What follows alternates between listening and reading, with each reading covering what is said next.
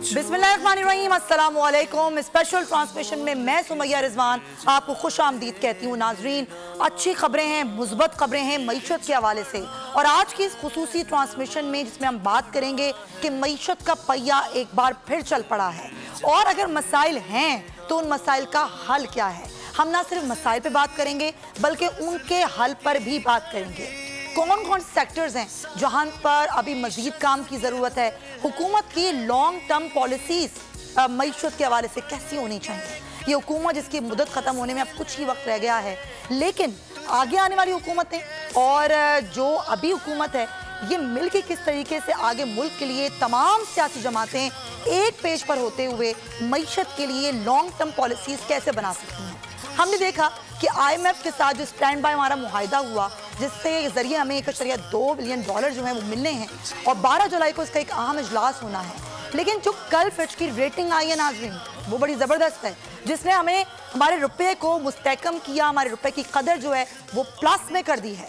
सूरत हाल बेहतरी की जानिब बढ़ रही है, और मज़ीद बेहतरी कैसे हो सकती है और चीज़ों को कैसे ठीक किया जा सकता है, इस पर हम बात करेंगे। लेकिन पहले एक रिपोर्ट देखिए।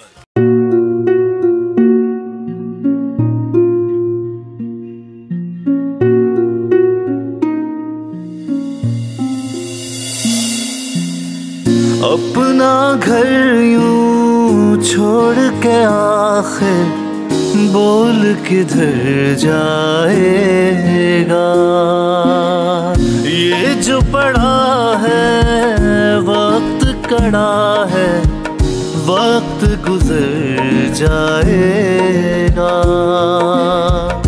अब जिंदगी फैसले की घड़ी, सारी मईशत के घर है खड़ी।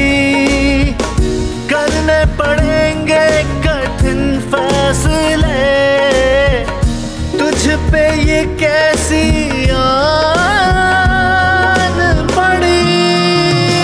देखना अब कुछ यूं बदलेगा हमारा पाकिस्तान, खुशियाँ वापस ला कर देगा हमारा पाकिस्तान। देखना अब कुछ यूं बदलेगा हमारा पाकिस्तान, खुशियाँ वापस ला कर देगा हमारा पाकिस्तान।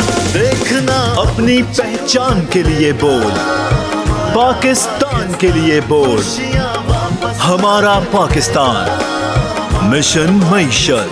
देखना